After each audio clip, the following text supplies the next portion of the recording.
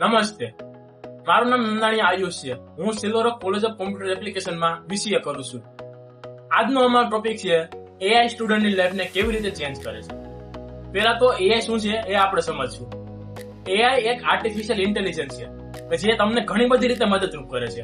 જેમ કે તમારે કાંઈ પણ કામ તમને કાંઈ ના આવડતું હોય, તમારે કાંઈ શીખવું હોય, દાખલા તરીકે તમને કોલેજમાં કાંઈ ટોપિક તમને સમજાવ્યો અને તમને એવું છું કે આ ટોપિકમાંથી બરાબર મને ના આવડ્યો અને મારે હજી શીખવું છે વધારે, તો તમે AI માં સર્ચ કરી શકો અને AI તમને એનો વિશે એનો આન્સર આપે કે ભાઈ તમે આ ટોપિકમાં શું શું વસ્તુ છે, પ્રોપર આન્સર આપે. તમારે જેવું શીખવું, તમે કહો સિમ્પલ વે માં આપે તો આમ સિમ્પલ વે માં આપે.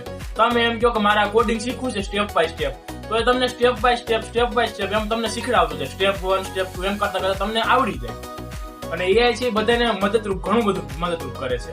જાણીશું AI ના ફાયદા અને ગેરફાયદા. AI ના ફાયદા શું છે? તો આગળ તમને કાંઈ ના આવડતું, તમારે વધારે શીખવું હોય એમાં, તો તમે AI માં સર્ચ કરીને તમે શીખી શકો વધારે પડતું. આગળ દાખલા તરીકે તમે માની લો કે તમારા કોડિંગ ની વાત આપણે કરીએ, BCA માં કોડિંગ અમારે આવે એટલે કોડિંગ ની વાત કરીએ આપણે. તમારે કોડિંગ શીખવું, ભાઈ મારે આ કોડ જોઈએ છે, પાયથન નો આ પ્રેક્ટિકલ છે, મને એમાં સમજાણું નથી, મારે કોડ જોઈએ, તો તમને AI છે એ તમને કોડ તો આપી દે. હવે તમારે કેટલું સમજવું એમાંથી એ આપણા ઉપર છે.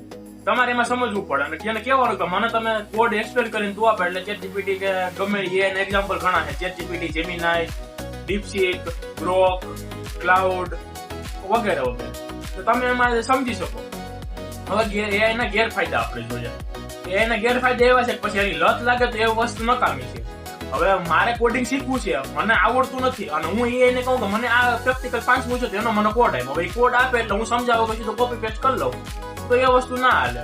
આપણે સમજવું પડે પેલા કે આ AI જે કોડ આપ્યો તો આપણે ખાલી સમજવા સાટું રહે. પછી આપણે હવે એમ કરીએ કે એમાં સીધું કોપી પેસ્ટ કરીએ તો એ વસ્તુ રન થઈ જાય. તમારા અસાઇનમેન્ટમાં કઈ કરવું તો એ વસ્તુ સબમિટ થઈ જાય, પણ તમને જ નહીં ખબર પડે કે આ વસ્તુ તમે શું કર્યું.